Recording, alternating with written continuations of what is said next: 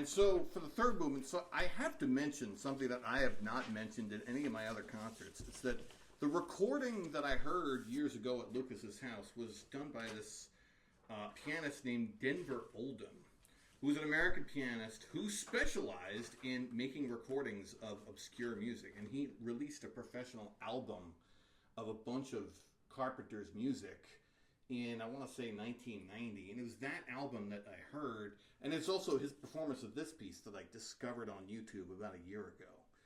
And if it weren't for that, I wouldn't be playing this right now. So one of the reasons that I like this piece so much is that there's 5 movements, and they are all very different. And you're going to see that this third movement very different from the first 2. So here's the third movement.